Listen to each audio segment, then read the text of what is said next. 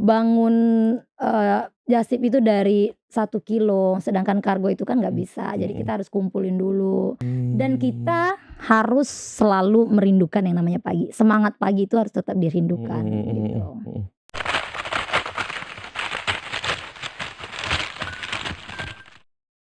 Assalamualaikum warahmatullahi wabarakatuh, Tribuners. Selamat sore untuk para Tribuners yang ada di Provinsi Bengkulu.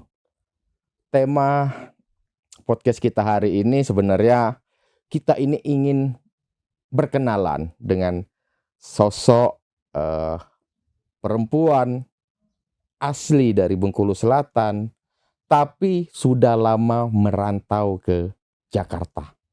Berbisnis berhasil, sudah malang melintang di dunia penulisan, bahkan sudah menerbitkan sebuah novel tentang kehidupan pribadinya. Langsung saja kita siapa? Mbak Niace Fitri. Halo, selamat. Betul ya Mbak ya? Iya, betul. Niace Fitri, betul. Jadi warga Bengkulu harus manggil Mbak ini Niace atau Fitri?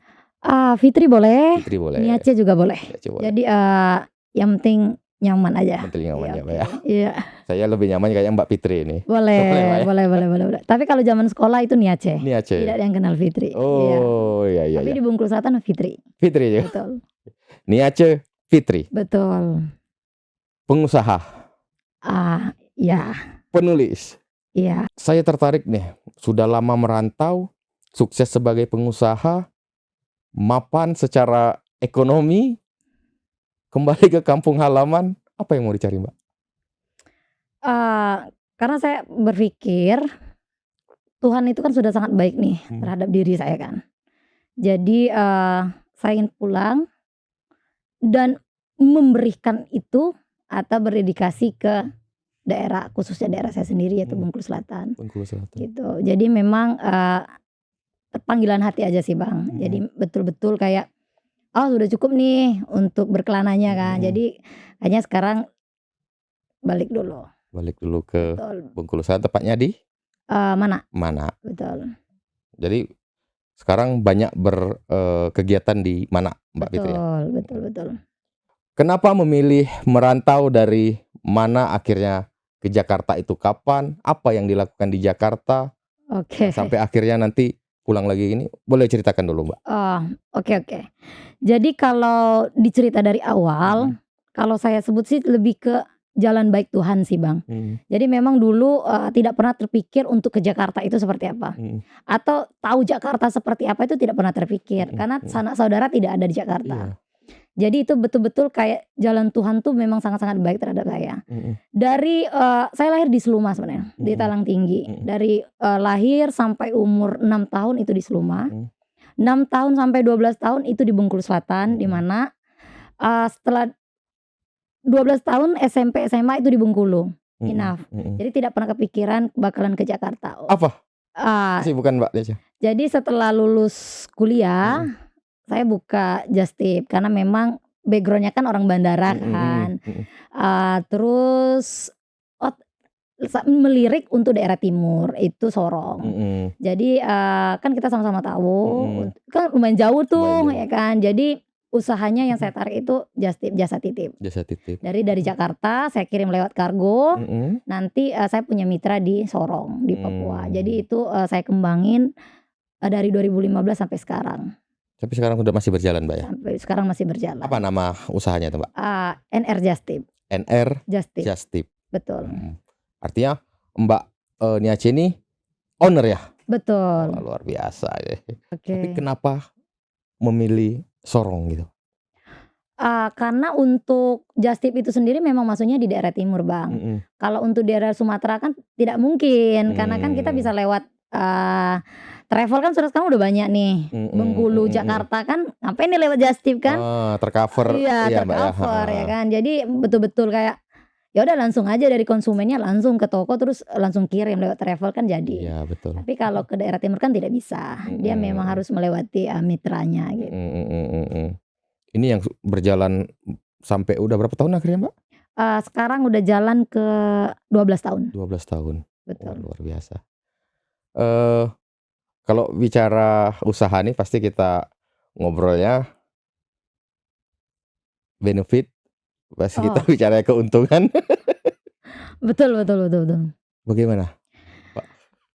Oke, kalau masalah kan kita mitra kan, jadi Mhm, saya juga punya mitra di, Sorong mhm, dan kita harus bayar kargo. mhm, Cuman tetap, nominal yang kita kasih ke customer kita itu ter-cover untuk kita bayar, mitra kita, mhm, sama kita bayar kargo gitu. mhm. Jadi memang, alhamdulillah bisa settle sih di Bisa situ. settle, Mbak, ya. Ya, Nah, Mbak, kalau bicara Just Tip kan, eee, peluangnya karena memang saat ini wilayah timur belum ter-cover ekspedisi mungkin ya? eee, Atau ada beberapa sudah tempat ter-cover ter-cover cuman tapi agak mahal, lama. lama dan Ya, mahal mungkin, Mbak, ya? lama dan mahal. Tapi nanti kalau ketika wilayah timur ini sudah ter-cover ekspedisi, banyak ekspedisi dan biayanya murah, pasti, Oke.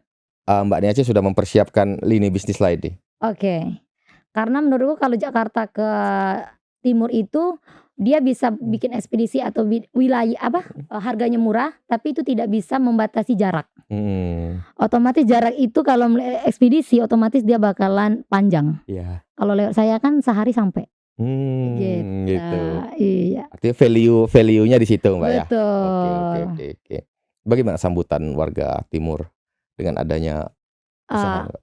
luar biasa, Mhm, mereka kira aku anak, timur dan iya, mhm. jadi memang walaupun, maksudnya kan apa sih istilahnya itu Bang, di mana bumi Pijak, dipijak, di itu situlah langit langit dijunjung. dijunjung gitu kan. Oke. Eee, ya oke, baik banget sih ibaratnya Heeh, kan apalagi memudahkan mereka kan jatuhnya mhm, kan, memudahkan mereka untuk dalam mendapatkan apapun ya apapun kan yang ya. mereka mau. Jadi, Iya, sambutannya sejauh ini sangat-sangat oke banget oke, oke. gitu. Kayaknya obrolan kita ini terlalu, meloncatnya agak jauh ini, Mbak. Betul. Dari usaha tiba-tiba sukses nih. Oh gitu ya? Kok apa betul sedemikian mudahnya merintis usaha itu, Mbak? Apakah ada sesuatu yang akhirnya pernah membuat, Mbak Niace sendiri putus asa mungkin untuk tidak melanjutkan usaha? Atau memang sedemikian mudahnya membangun bisnis ini, Mbak? Kalau diomong dari awal sih kayaknya susah lah Bang, saya Mmm, juga pernah ibaratnya naik angkot di eee, Jakarta kan. Jadi memang dulu bangun, just tip itu dari 1 kilo, sedangkan kargo itu kan nggak mhm, bisa. Jadi mhm, kita harus kumpulin dulu, terus mhm, pintar-pintar marketingnya, terus kita harus terbang ke Sorong, mhm, dilihat dulu merekanya kayaknya, gimana mhm, gitu mhm, kan. mhm, Terus harus dikumpulin dulu sampai 10 kilo baru bisa dikirim. Jadi dia step by step sih, cuman mhm. balik lagi sembari meniti itu makanya saya nulis. Jadi kan dapat juga tuh dari ini. Mmm, Jadi dulu itu pikirannya apapun dikerjain selagi itu bisa menghasilkan dan halal, gitu. mhm, mhm, Jadi mhm. otaknya langsung ting ting ting gitu aja. Jadi sembari membangun bisnis tadi, Betul. apapun yang dialami dicurahkan di tulisan? Betul, dan juga suka ikut, festival. Jadi Mhm, saya suka puisi jadi ceritanya. Jadi, mmm, dulu itu pihak kampus sih. mhm, Jadi mhm, kalau ada pekan pekan sastra gitu kan. mhm, Jadi suka aja sebenarnya. mhm, Lebih ke orang yang suka jadi objeknya nih mhm, gitu. mhm. Jadi ngambil peluang-peluang itu aja sembari memang punya tujuan gitu. Tujuan. Buku yang Mbak Niace buat itu judulnya apa, tentang apa, dan terinspirasi tadi sudah di-spill sedikit, Iya tapi sih. boleh kan cerita lebih banyak lagi tentang apa sih buku ini? Oke, jadi buku itu, Mmm, diterbitkan tahun 2020. Itu, judulnya adalah Catatan Jalan Perindu Pagi, mhm, sesuai dengan judul, di mana tokoh di novel ini selalu merindukan akan pagi, mhm, kan karena pagi itu adalah awal dari kehidupan gitu kan, mhm, harus semangat. Jadi gimana caranya membangun pagi itu dengan semangat, dengan happy. mhm, Karena kalau kita udah happy, udah semangat, otomatis harinya bakalan, good day gitu ya, banget gitu kan. mhm, Jadi aku selalu menghindari kalau pagi hari itu, negative thinking itu tidak boleh, karena itu adalah awal. Dan mmm, kita harus selalu merindukan yang namanya pagi. Semangat pagi itu harus tetap mhm, dirindukan mhm, mhm, gitu. mhm. Oke, gitu. Sejak kapan itu akhirnya menemukan filosofi itu, Mbak? Jadi dulu, pernah berada di titik terendah ya kan, Mhm, itu tahun 2008, Jumat Juli 2008 itu, mhm, orang tua laki-laki bapak ya, itu meninggal. Jadi kita Iya. tuh ditinggalin bapak itu dari masih kecil kan. Eh, Dulu waktu SMP deh kayaknya kalau itu enggak, SMP tahun 2008 ya udahlah kita kehilangan sosok yang ibaratnya tangguh banget kan di keluarga. Jadi kayak drop, terus mikirnya, "Lah kok jadi kayak gini ya?" Jadi muncul sih dari situ sedih, ya udah dituangin aja dengan nulis gitu. Makanya itu sebenarnya setelah bapak meninggal itu adalah piagam pertama saya. Itu lomba baca puisi judulnya karya cipta, baca karya cipta sendiri gitu. Jadi kita yang bikin puisi Puisinya, sendiri, kita yang baca sendiri dan itu langsung dapat. Terus oh ternyata kesedihan ini kalau dituangin dengan yang positif oke juga ya ternyata. Gitu. Awalnya dari situ sih. Terus udah mulai nulis. Akhirnya apakah Mbak Fitri ketemu persimpangan nggak Mbak nih antara mau lanjut sebagai penulis atau saya harus fokus di usaha? Nggak ada, Nggak ada karena ya? menulis itu kan hobi ya. Jadi kita sambil usaha pun kita bisa tulis, kita sambil duduk pun kita bisa nulis, kita sambil lihat hujan kita bisa nulis kan. Jadi benar-benar kayak kalau udah hobi itu senang aja, apalagi Iya. hobi yang dibayar, Iya. ya kan. Iya, Jadi udah kayak kan menulisnya bukan sehari harus selesai. Sambil bisnis, sambil merintis kita menulis, akhirnya oke jadi bukunya gitu. Jadi udah kayak ya mau ngapain kita kan daripada kita curhat dengan orang yang belum tentu ini kan, ya udah kita tulis aja nih, tulis dan itu abadi. Gitu Ya ya. kan, dan itu abadi. Maka kalau orang baca buku itu orang bakalan tahu nih walaupun nggak ketemu kan, bakalan berpetualang nih, oh ternyata nih Ece Fitri itu seperti ini. Iya. Gitu. Secara tidak sadar orang itu memahami karakter Mbak Fitrinya ya sudah gitu ya. berpetualang dengan aku ya kan. Dari lahir, oh ternyata dia tuh lahirnya kayak gini, oh dia di tempat tuh bukan karena dia kayak gini, dia pernah rapuh juga loh gitu. Arti kalau warga Bengkulu yang mau lebih dalam kenal Mbak Fitri, boleh baca buku itu, baca novel itu Mbak ya. Betul. Iya. Di situ dijelaskan dari umur 0 sampai 31 tahun. Oke. Gitu. Jadi sepak terjangnya jatuh, bangkit itu udah luar biasa. Oke. Dan akhirnya memutuskan kembali ke Bengkulu Selatan. Saya dengar sedang merintis juga usaha travel umroh. Betul. Boleh ceritakan sedikit Mbak? Jadi saya lihat kan kalau untuk sekarang ini memang market di Bengkulu Selatan kan memang lagi banyak nih yang tanya-tanya untuk masalah perjalanan ibadah. Kita buka usaha umroh itu Asafar. Jadi NR Group ini bekerja sama dengan Asafar di mana untuk kantor pusatnya kita ada di Jakarta, di Cilandak. Jadi saya mitra jatuhnya ya. Mitra saya bangun cabang di Bengkulu Selatan. Nah, yang saya tertarik kenapa memilih untuk umroh yang dipilih karena produknya adalah produk ibadah. Jadi lebih ke sebenarnya kan kalau untuk umroh ini marketnya ya orang-orang yang betul-betul sudah paham gitu. Ada orang punya duit tapi hatinya tidak terketuk ya tidak bisa. Ya. Ada orang terketuk tapi belum punya duit, ini juga tidak bisa. Nah tapi dengan kita kalau yang pertama punya duit tapi belum terketuk itu tidak bisa. Yang sudah terketuk belum ada duit itu masih bisa. Gitu. Jadi harus dirubah mindsetnya gitu kan dengan beberapa opsi gitu. Jadi menurut aku selagi ini soalnya kita yang jual adalah produk ibadah ya Bang ya. Jadi lebih ke kayaknya aku suka gitu. Dan membantu jatuhnya. Membantu yang sudah terketuk tapi belum punya dana. Gitu. Artinya kalau ada orang yang ingin berangkat ibadah, betul. tapi tabungannya belum cukup, terutama di wilayah Bengkulu Selatan ini Mbak ya. Iya. Itu harus datang kemana sebenarnya? Jadi kita kantornya itu di sebelum Polres Bengkulu Selatan itu di Jalan Ahmad Yani ya. Jadi di situ ada tulisannya Asafar ya kan. Datang aja dulu daftar. Nanti kita bakalan jelasin nih. Tanya-tanya dulu betul. Gitu Mbak ya.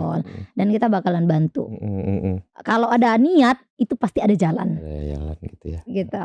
Tapi kalau tidak ada niat Tidak ada, jadi cash close kan. Tapi ketika dia makanya aku ajarkan dengan yang di sana, dengan anak-anak, yang di kantor, ketika orang sudah sampai ke tempat Kantor, ini, berarti mereka sudah ada niat.